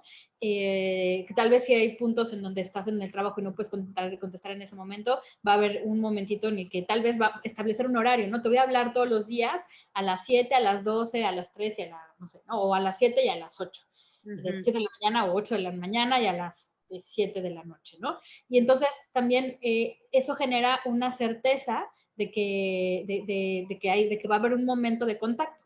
Y esos pequeños momentos de contacto, pues si podemos utilizar ya las pantallas, sí yo pensaría como en generar un espacio de juego para que haya una mayor interacción, ¿no? Exacto. Muy bien. Lucía Méndez dice, ¿cómo le puedo hacer para que mi hijo se acople a los demás niños en la escuela y no tenga tanto problema con los demás niños de que lo estén molestando? Ese es todo un tema, ¿no? Sí, ese es todo un tema. Creo que también es importante saber las edades, porque aquí hay un punto que yo siempre aconsejo a los papás y que me parece que es súper básico, ¿no? Que es para poder entender mejor qué está pasando en el corazón y en la mente de cada niño o cada niña, es importante tener un poco de claridad qué fase del desarrollo están, en qué etapa están. Actualmente muy fácilmente ya se pueden encontrar información en las redes incluso, ¿no? Y bueno, también existen talleres y está como toda esta parte de la asesoría que, por ejemplo, en este caso en psicoterapia infantil se puede dar, sobre las diferentes etapas del desarrollo, ¿no? Entonces, muchas veces nosotros podemos asumir cosas de los niños o de las niñas que pensamos que ya tienen como ciertas habilidades que realmente no las tienen todavía, ¿no? Entonces, un punto súper básico y importante es que como dentro de toda esta parte pues de ser papás, creo que facilita mucho el hecho de poder tener información sobre las diferentes etapas que van pasando y qué van pasando en esas etapas, ¿no? Porque socialmente, desde la parte de cómo se desarrolla el pensamiento a la parte de cómo se desarrolla la interacción social, hay cambios y, por ejemplo, en la etapa preescolar es una fase muy particular que se va modificando mucho cuando el niño entra a la etapa escolar y que dentro de la etapa escolar también tiene cambios importantes, ¿no? Entonces, allí creo que uno de los puntos importantes cuando hablamos como de cómo ayudar a que el niño se pueda como integrarse en la parte social, creo que pues tendría que ver con cómo, la cuestión como del lenguaje primero, ¿no? O sea, cómo nosotros podemos facilitar que el niño pueda interactuar, cómo podemos generar que haya como una comunicación adecuada, cómo podemos incluso jugar, tal vez hacer como ciertos juegos en donde yo desde el juego voy a representar a alguno de mis compañeros y entonces pues, vamos a empezar a interactuar y qué va a pasar en diferentes circunstancias. Entonces podemos modelar diferentes circunstancias y ante estas diferentes circunstancias pensar qué harías tú en esa circunstancia, ¿no? O en el juego, en el mismo juego, o sea, podemos decir, a ver, te voy a poner una circunstancia en donde un niño te molesta o en donde un niño es amable contigo, entonces, ¿cómo va a responder? Y conforme vayamos viendo que responde, entonces también ir modelando o ir apoyando a que él vaya encontrando soluciones u otras maneras de relacionarse, por ejemplo, ¿no? Que pueda decir un no, ¿no? O sea, que no pueda decir no. No quiero. Exactamente. ¿No? Entonces, Sí, sí, en este caso, entonces, ¿cómo puedo poner como ciertos límites, no? Sí. Este está un poco más largo y creo que va a necesitar en particular, pero bueno, te lo voy a leer. Dice Rosa Catalán, dice, estuve con el cuidado personal de mi nieto por casi 3 añitos. Ahora se lo entregan a la madre y estuvo haciendo vínculo durante 2 meses. O sea, como que retiraron al niño de la madre y estuvo con la abuela. Dice, durante 2 meses y desde marzo que no tiene contacto con la madre. ¿Qué va a pasar con la parte emocional? Ya que a mí, o sea, como que se quedó con la abuela y ya que a mí no me puede ver solo por videollamada y le hablo y mi pobre bebé llora, está triste, ¿cómo será el daño que podría tener si no puedo tener visitas y no se ha separado jamás de mí? ¿Está triste? ¿Hasta cuándo? O sea, esto superará, tiene 2 años, 8 meses. O sea, esto quiere decir que la mamá, o sea, vivía con la mamá por una cuestión, se lo retiran a su hijo y se queda con la abuela. Y de repente deciden que el niño regrese con la mamá después de estar conviviendo casi los 3 años con la abuela y ahora no la dejan ver a su nieto, ¿no? Pero el niño ha hecho, o sea, realmente vínculo con la abuela. ¿Qué le podemos decir o qué podemos ayudarle? Sé que esto es algo como mucho más complejo, pero algo que quieras decir brevemente. Sí, esta parte es, claro, esto es como mucho más complejo. ¿Por qué? Porque finalmente el vínculo que se genera en los primeros 2, 3 años es un vínculo muy importante y el apego en general, pues está tal cual, pues con la abuela, si lo entiendo bien, ¿no? Entonces, al final creo que lo que no sé si haya contacto y haya posibilidad de que exista una interacción entre la abuela y la mamá para que puedan platicar un poco sobre las necesidades del niño, pero creo que lo que debe de pasar o lo que sería importante que pasara, pues es que el pequeño comience a generar un apego con su mamá, ¿no? Y ese apego pues tiene que irse dando como desde que el niño pueda generar un espacio o pueda percibir un espacio de confianza, justo este entorno emocionalmente positivo, ¿no? Que le permita, que le permita sentirse seguro, que le permita ser un entorno, bueno, estar como seguro, pero además desarrollarse, poder como, pues experimentar, digamos, que el entorno como tiene que experimentarlo. Y si las interacciones desde solamente pueden ser con videollamada, pues entonces yo pensaría que igual generar pues justo interacciones como que vayan más no solamente te voy a decir hola, ¿cómo estás? Y así, sino más bien como generar tal vez, contar un cuento desde el juego. O sea, yo sé que es difícil ahorita en la pantalla generar juego, pero sí se puede, ¿no? Entonces, Sí. Incluso tal vez puede ser como, a ver, estira tu mano y vamos a tocarnos, ¿no? Y entonces, pues como buscar como un contacto, aunque sea a partir de la pantalla, ¿no? Generar un juego, te voy a contar un cuento, entonces voy a sacar un títere y te saco otro títere y siempre como marcar esta parte de te quiero mucho, de la parte del cariño, de la parte como del amor y de que puede estar presente, ¿no? Sí, y yo creo que en estas interacciones, o sea, la abuela, aunque sea en videollamada, tiene que decirle al niño que va a estar bien, que ella está como cerca de él, ¿no? Que, o sea, para que el niño pueda generar un vínculo afectuoso con la mamá, sin que le esté haciendo tanta falta la abuela, o sea, como que tener todavía estos contactos, porque o sea, ha sido para el niño vínculo muy fuerte y entonces ahora hay que ir generando y que ella le dé confianza de que puede generarlos con su madre, ¿no? Sí, creo que ahí este punto que dices es súper básico. O sea, si en general la figura de apego, la persona con la que el bebé se apega inicialmente, es la que le da seguridad en general, entonces las palabras de seguridad que pueda dar la abuela van a ser totalmente básicas para que el niño pueda adaptarse a este nuevo entorno, ¿no? Sí. Gracias. También aquí Edith Aguilar dice, buenas noches, mi sobrina de 12 años tiene problemas para dejar de jugar con los videojuegos de la computadora. La mayor parte del día está en la computadora, videollamadas con amigos y no obedece cuando se le llama la atención para comer o hacer sus labores escolares. Y por ahí muchos comentarios de niños que explotan ante cuando se les dice ya no estés no sé, la tablet o en los videojuegos o en la televisión, ¿no? ¿Qué sucede con estas cuestiones de la tecnología y estas explosiones de ira y de enojo?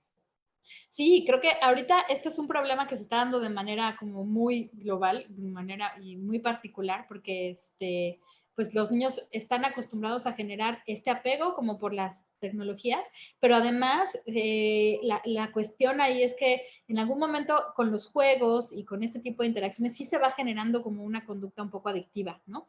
Entonces, creo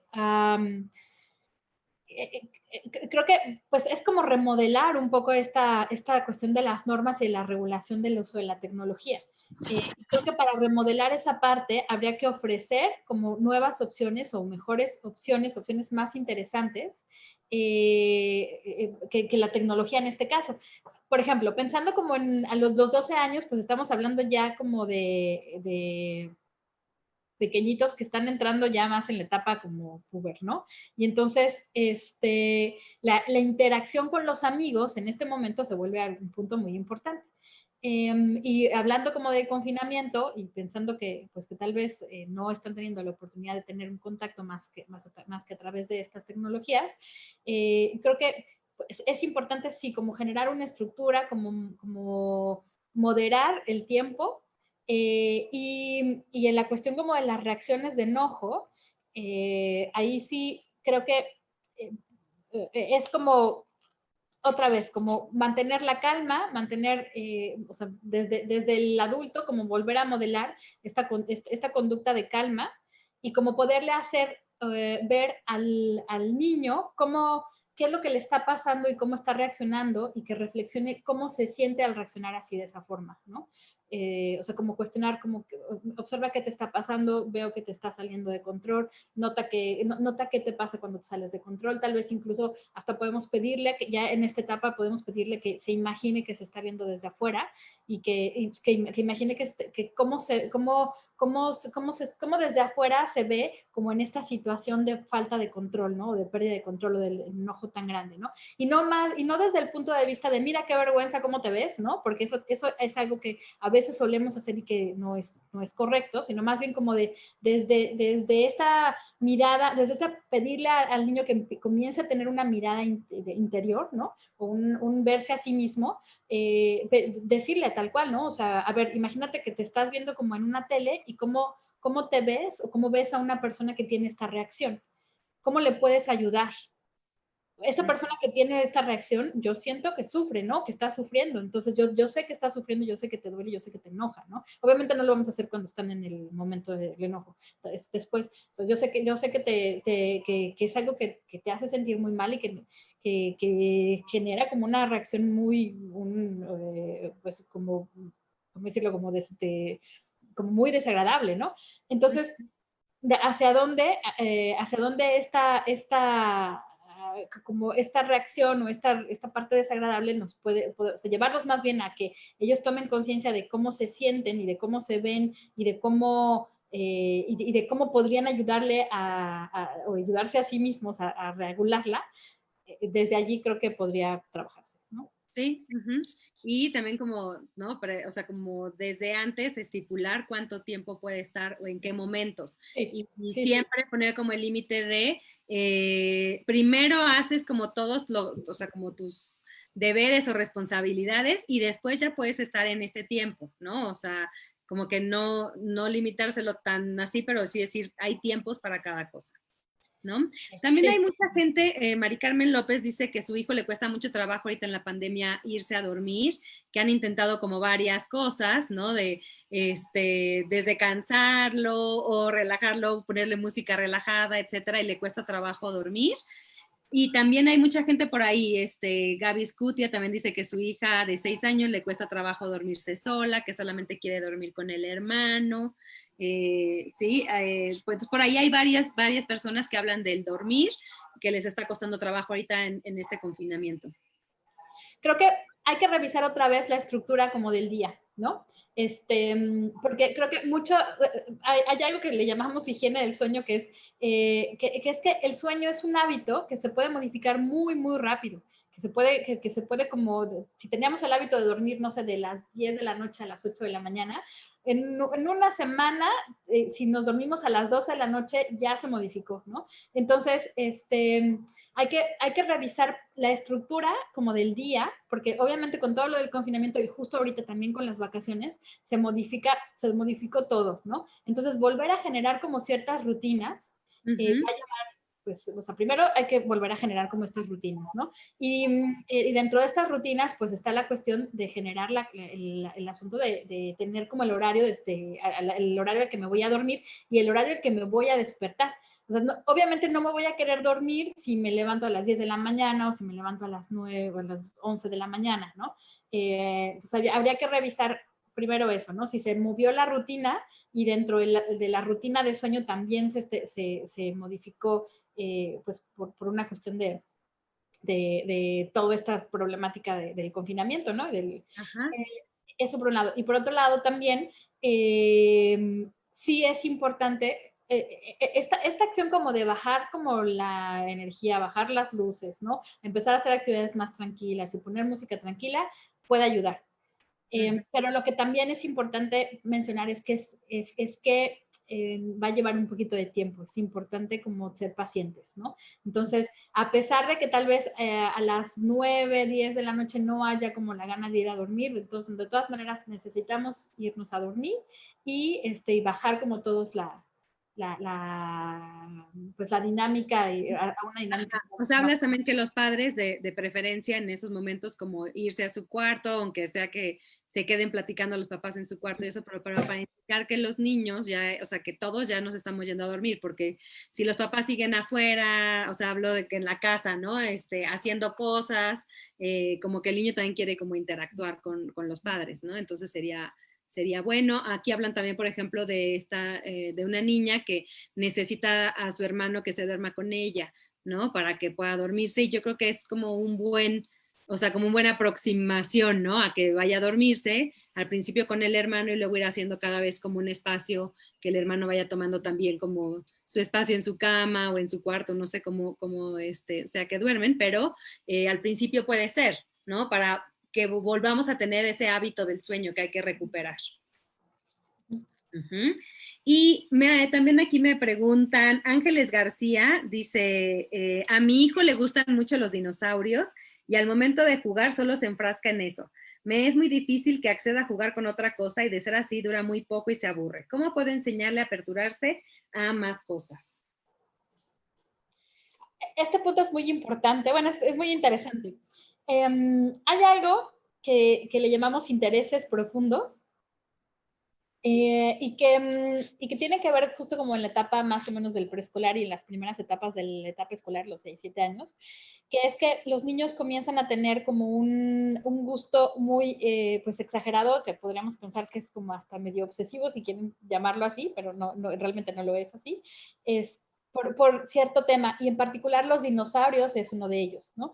Es normal, o sea, realmente es normal que haya como un interés por ahondar en el tema, y de hecho también puede ser muy útil. ¿Por qué? Porque en el momento en el que nosotros, bueno, en el momento más en el que el niño comienza a investigar más sobre los dinosaurios, va a empezar a generar más conocimiento, va a empezar a generar opciones como para buscar información de una forma en la que, de manera independiente, que es como no solamente a través de lo que recibo de la escuela, sino que aprendo a investigar, ¿no? Entonces el niño aprende a investigar, aprende a darse tal vez como a darse cuenta de las distinciones que hay entre un dinosaurio y otro, aprende también la cuestión del desarrollo del lenguaje es muy buena, ¿no? Porque pues todos estos nombres complejos que nos acercan como esta parte científica, esa parte también genera ventajas. Entonces, al final creo que hay que dejarlos, ¿no? O sea, hay que dejar que puedan desarrollar como este interés tan profundo por un tema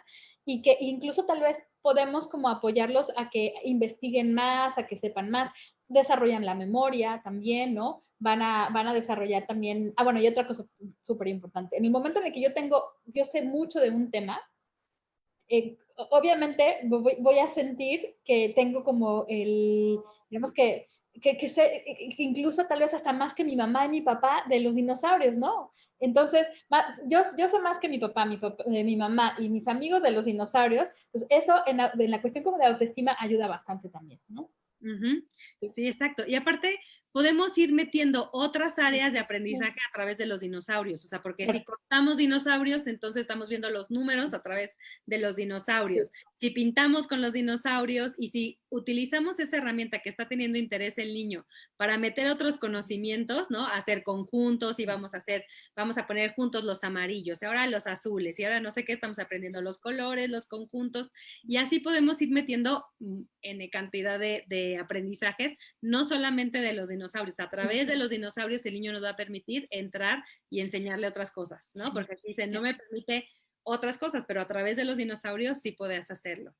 Y, por ejemplo, alguien dice por ahí, yo no sugiero que la emoción del asco la orienten ustedes. Y yo creo que el asco, o sea, como tal, no es que nosotros orientemos a que tengamos asco, es una reacción así que natural y de defensa, ¿no? Porque alguien puso ahí de, no, no estoy de acuerdo que orienten ustedes a tener esa emoción del asco, ¿no? Porque decían de las emociones que presentaste. Yo creo que es algo que tenemos y que también tenemos que aprender a aceptar también las emociones que tenemos, ¿no? Esto nos ayuda a protegernos, como tú decías, de si algo está echado a perder, no comer, ¿no? Cuestiones sensoriales, hay niños que nada más de ver alguna textura, como que sí es como muy invasiva para ellos, ¿no? Tienen esta reacción y entonces no creo que sea mala, ¿no? Pero, ¿tú qué piensas, Carol? Sí, bueno, o sea, hablando como del asco en sí como emoción, tenemos que pensar como en esta función básica y que es una función básica que no nos corresponde solo a los seres humanos, ¿no? O sea, ¿qué pasaría, por ejemplo, si un animal no puede como percibir cuando hay algo que está en descomposición, ¿no? O sea, cuando hablamos como de la emoción del asco desde esta función básica, es que nosotros tenemos como la capacidad de poder distinguir cuando algo no es bueno para nosotros, ¿no? Cuando incluso a nivel como desde el consumo, desde la parte del alimento, ¿no? Desde la parte fisiológica, cuando algo no es bueno para nosotros. Ahora, cuando hablamos como del desarrollo del asco desde el punto de vista de la alimentación, por ejemplo, o de las texturas y eso, aquí hay dos cosas bien interesantes. Una es que hay cosas, hay niños que tienen un temperamento que puede ser como, bueno, temperamento es algo que de pronto viene ya como marcado desde la parte como innata, que observamos que pueden tener una mayor tendencia a que les guste explorar y a que tengan como esta posibilidad de tener contacto con texturas y todo esto que tú decías, y otros niños que no. Pero también es algo que podemos nosotros desarrollar y que podemos ir modelando, ¿no? Entonces, el otro día estábamos platicando un poco como de esta parte de los alimentos y de por qué, de la introducción de las verduras y pues parte de lo que decía por ahí una nutrióloga es que el gusto por las verduras no es algo que venga de manera natural, ¿no? Sino tenemos que irlo nosotros generando. Y el niño tiene que probar diferentes verduras y tiene que probarlo varias veces para que pueda agarrarle como un gusto, ¿no? Entonces, nosotros sí podemos como ir modelando que haya un gusto por ciertos alimentos. O haya un disgusto por ciertos alimentos. O sea, los niños también, el bebé desde muy chiquito puede observar nuestras reacciones. Y sí puede ser que haya alimentos o que haya ciertas texturas o ciertas cosas que en particular si a nosotros nos observan que tenemos una reacción de asco, ellos van a aprender esa reacción también. Pero, por ejemplo, lo que implica ya lo que es como que huela algo que huele muy mal o que está como en descomposición, entonces ahí sí el asco es algo que tiene que estar, o sea, es una emoción que es totalmente adaptativa y que necesita estar, es parte como de nuestra supervivencia, ¿no? Ajá. Muchas gracias. También sé cómo ayudar a gestionar las emociones de un niño desde los 6 meses. Bueno, eso es muy interesante. Ajá. ¿Cómo gestiono las emociones desde los 6 meses? Obviamente, a los 6 meses todavía no existe como una conducta totalmente voluntaria. O sea, el niño está explorando su entorno y las reacciones que tiene están en relación a que a partir como de la exploración del entorno va a ir como adquiriendo diferentes habilidades motoras y diferentes habilidades cognitivas para poder tener como como para poder dominar, digamos, que el entorno y poderlo manipular. Cuando digo manipular es como a tomar un objeto o mover o gatear o alcanzar el objeto o caminar, etcétera, ¿no? Entonces, en esta etapa, tal vez no podemos hablar tal cual de gestión de emociones, o sea, el bebé de 6 meses no va a gestionar en sí su emoción de manera como consciente, porque cuando hablamos de gestión es cuando ya estamos pasándolo como al nivel de lo consciente, pero lo que sí podemos hacer es generar justamente este entorno seguro, ¿no? En donde el bebé, desde un entorno seguro pueda tener como la posibilidad de explorar sin que haya de entrada como una sensación de temor o de riesgo. Entonces, si hablábamos de que más o menos hasta los 8 meses el bebé está como en esta balanza entre satisfacción, no satisfacción, o confort y disconfort, entonces lo que podemos hacer es generar un entorno seguro en donde, en donde el bebé aprenda que se puede sentir contenido, que puede sentir que está seguro para poder explorar su entorno. Entonces, va a ser como diferente tener, por ejemplo, un bebé que empieza a gatear más o menos un poquito después, ¿no? De los 6 meses, o que empieza como ya a empezar a voltearse o a movilizarse hacia adelante o hacia atrás, y que cuando sienta que tal vez está como en riesgo, no se atreva como a explorar más allá y genere llanto, o que no quiere estar, por ejemplo, boca abajo, porque le significa como una situación de disconfort, a que nosotros podamos como irlo apoyando y animando a que esas situaciones de disconfort las vaya viviendo desde una manera segura, ¿no? Porque situaciones de disconfort vamos a vivir a lo largo de toda la vida, y justamente la regulación emocional tiene que ver con cómo le hago en estas situaciones de disconfort, ¿no? En estas situaciones en donde no sé cómo controlar lo que está pasando, no sé cómo controlar el entorno, cómo lo puedo hacer de manera que sí pueda afrontar el entorno en sí, y pueda como solucionar el problema o llegar a donde quiero, ¿no? Entonces tú también hablas aquí como de que los papás son los que también tienen que ayudar a regular esas emociones del bebé. O sea, si yo lo cargo, si está, ¿no? Si está llorando, lo cargo, lo abrazo y ayudo a calmarlo, ya le estoy enseñando ahí a regularse, ¿no? A este bebé, motivándolo también, haciendo que vaya tolerando cada vez más esta situación, como de tú hablabas de estar boca abajo, no le gusta, pero ¿cómo voy haciendo para que, ¿no? O sea, vaya disfrutando también el estar moviéndose en esa situación, ¿no? Entonces ahí es diferente entre dejarlo boca abajo y entonces que empiece a llorar, tal vez dejarlo boca abajo y estando boca abajo yo también explorar con él, tal vez jugar con un muñequito y desde allí estar jugando los dos, ¿no? Ahí estamos generando que tal vez esta situación de disconfort, su foco se deje de estar como en esta cuestión de me siento como en un espacio no a gusto, a animarlo a que vaya aprendiendo y a que vaya teniendo retos y se vaya sintiendo apoyado en estos retos que va a ir como pasando a lo largo como de todo su desarrollo en esos primeros meses, de esos 2 primeros años. Carol, no sé si quieres, es que tenemos muchísimas preguntas. Muchas preguntas, es lo que estoy viendo. Pero, Ajá. Muchos comentarios también.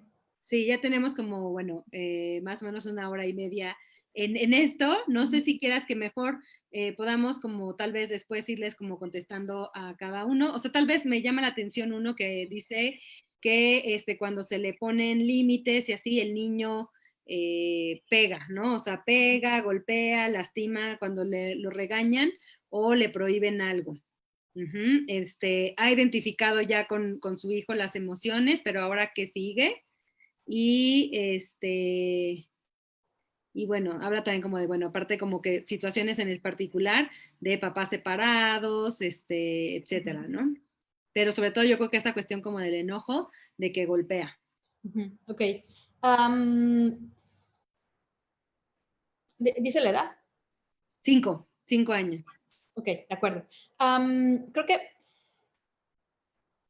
¿y es la misma persona que ya identificó las emociones? Que ya está... Sí. Ajá. Okay. O sea, ya ha identificado con su hijo, ya le ha etiquetado esas emociones, pero ahora dice, ¿ahora qué sigue? Porque mi hijo sigue golpeando y pegando, ¿no? Creo que una de las cosas que puede ser es darle como otras opciones, como para que pueda expresar el enojo, ¿no? Entonces, tal vez ofrecerle rayar en una hoja, ¿no? Escribir lo que lo tiene muy enojado, o rayar un poquito lo que tiene enojado, y entonces después como tal vez poner esa hoja en un lugar que tenga específico como para el enojo, ¿no? Ahorita, pues bueno, se ha utilizado como mucho esta herramienta de poder tener como estos frasquitos de emociones en donde pueda ir como yo anotando cómo me siento, y entonces puede ser una de las opciones. Otra opción podría ser que en ese momento que comienza a pegar, o que empieza como esta como reacción fuerte, pues sentarnos cerca de manera que nos sintamos como seguros y comenzar a, digamos que modelar como más como una reacción de contención y digamos que de respiración profunda, de contención, y esperar y decirle, ¿no? O sea, entiendo tu enojo. Bueno, esa otra es muy importante, ¿no? O sea, validar el enojo.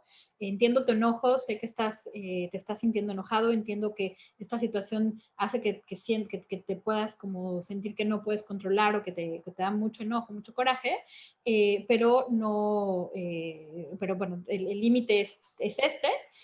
Yo aquí voy a esperar y voy a estar aquí contigo para cuando te sientas más tranquilo, ¿no? O también la otra es establecer un espacio que pueda ser como digamos que un rincón de la calma, ¿no? Y entonces ir poquito a poquito, ir modelando, no como castigo, sino más bien como decir, a ver, ahorita identifico que estás muy enojado, no vamos a platicar más del tema, pero tal vez a tu mesa de la calma. En la mesa de la calma puede dibujar, en la mesa de la calma tal vez puede tener un bote de la calma, ¿cómo se llama? Un frasquito de la calma, ¿no? O, y que pueda como ir a este espacio y cuando se siente un poco más tranquilo, entonces puedan regresar y platicar, por ejemplo, ¿no?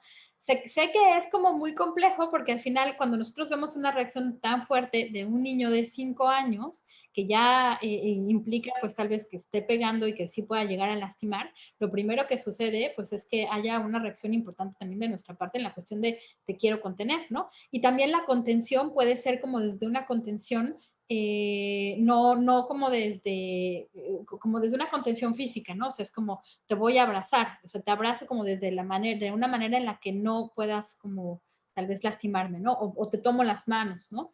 Entonces te tomo las manos y desde ese tomarte las manos te veo a los ojos y vamos a respirar tú y yo, y cuando te sientas más tranquilo, entonces ya continuamos con lo que estamos, bueno, con la discusión o vemos qué vamos a hacer con este límite, ¿no?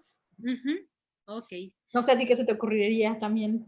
Sí, o sea, yo creo que lo que dijiste está adecuado y sacar como esa emoción, ¿no? O sea, como tú decías, en algún lugar, o sea, como decía, una pelota, un tambor, una piñata, ¿no? Donde puedas sacar también todas esas emociones de que necesita golpear y necesita sacar, pero, ¿no? O sea, como que nunca hacia las personas y como eso, trabajarlo mucho el límite desde antes de no a las personas no se pega y no te voy a permitir que me pegues, o sea, también es así como, no tal vez nada más en el momento, sino decirlo desde antes, ¿no? O sea, no vamos a permitirte, se vale enojarse, pero no se vale golpear a los demás. Bueno, pues hay muchas preguntas, pero creo que es tiempo de ir cerrando. No sé si tú quieras concluir con algo más y después decirnos, bueno, qué estamos haciendo ahorita también en este confinamiento y demás. Pero si quieres concluir. Sí, claro que sí. Pues bueno, hablar como de la regulación emocional es un tema complejo, ¿no? Porque estamos hablando como de un proceso de desarrollo que viene como desde el nacimiento, incluso tal vez desde un poquito antes del nacimiento, hasta toda nuestra vida, ¿no? El lograr la regulación emocional va como por diferentes etapas y para poder lograr pues una regulación, primero favorecer la regulación emocional en los niños, pues necesitamos tener consciente la etapa en la que están y por otro lado, tener consciente cómo está mi regulación emocional, ¿no? Yo creo que lo que me gustaría a mí, pues como hacer mucho énfasis en la parte de la conclusión es la manera en la que nosotros regulemos nuestras emociones es la manera en la que vamos a modelar la forma en la que ellos regulan las emociones, ¿no? Entonces, pues primero es importante como trabajar con nosotros, empezar a observar cómo estamos regulando nuestras emociones, cómo estamos regulando las reacciones, si estamos reaccionando o estamos respondiendo en nuestra vida cotidiana y de ahí pues generar como buscar generar este entorno en donde el niño o la niña pueda tener un contacto y una posibilidad como de experimentar, como todo lo que tiene que experimentar a lo largo de su desarrollo, en un espacio o en un entorno seguro, en donde la emoción que esté presente es una emoción en donde sí, como de seguridad y de contención, y que pueda como atreverse a hacerle frente como a situaciones de disconfort, de temor, de enojo, pero de una manera contenida, a diferencia de un entorno en donde pues, se va a sentir amenazado siempre, ¿no? O va a haber que estrés y entonces eso lo va a llevar como a generar como mucho más reacciones de estrés y de enojo constante, ¿no? O de tristeza. Que las emociones, pues es muy importante a lo largo como de la etapa, pues de las etapas de desarrollo, validarlas primero, ayudarles a identificar la sensación de nombrar, ayudarles a empezar a nombrar las emociones y que tal vez que empiecen a observar qué pensamientos están relacionados como con estas emociones. Y pues bueno, creo que en general eso sería, ¿no? Y darle salida de una forma adecuada, ¿no? Sí, claro, darle salida de una forma adecuada, la parte como de la expresión, ¿no? Ajá. Ayudarlos. Cuando mencionabas hace rato esta cuestión de ya le ayudé a que identifique sus emociones, ahora qué hago, hay una técnica por ahí que es como el frasco de las soluciones, por ejemplo, ¿no? O hay como un circulito ahí en donde podemos también ir marcando cuáles son como las soluciones ante cada problema. Una de las cosas que podemos hacer es, ya identifiqué la sensación del enojo y de las diferentes emociones, ahora lo que puedo hacer entonces es, ante el enojo, ¿qué soluciones puedo tener para manejar mi enojo? Y ayudarlos a que ellos vayan encontrando soluciones. Les podemos dar algunas nosotros, podemos observar en la calle tal vez lo que va pasando o hacerlo en otros espacios, ¿no? O sea, no sé, en la tele, en los cuentos, etcétera, ¿no? Ok, muy bien. Y bueno, para terminar, bueno, te quiero agradecer, Carol, por esta plática, ¿no? Espero que les haya gustado mucho a todos. Y también quisiera que nos platicaras tú qué estás haciendo ahorita en estos momentos o qué planes para los papás que nos puedes ofrecer. Sí, bueno, esto que mencionas está bien interesante también porque justo lo que estamos planteando es hacer un taller que tenga que ver con el manejo de emociones, ¿no? Pero el manejo de emociones primero en la parte como de los papás, que para que puedan identificar cuáles son pues sus emociones, cómo está su manejo de emociones, qué herramientas tienen, y por otro lado, otorgarles algunas herramientas también para que puedan tener para trabajar con los niños, ¿no? Entonces, pues ese taller es un taller que vamos a iniciar a mediados de agosto y pues si quieres mandamos la información en la página para que... ¿no? Sí, además también vamos a tener un taller para los padres en un acompañamiento en este confinamiento, ¿no? Que ya estamos como todavía en medio de y no se sabe y no hay una certidumbre de cuándo regresaremos a la normalidad, pero vamos a tener los lunes un grupo de acompañamiento psicológico para los padres y para que los padres puedan compartir ahí como sus experiencias también con sus hijos. Además, en psicoterapia infantil tenemos ahorita por el momento también terapias online para los niños a través del juego y también orientación para los padres. Entonces, si alguien necesita en particular trabajar algo ¿no? en específico, podemos darles una terapia online, ¿verdad?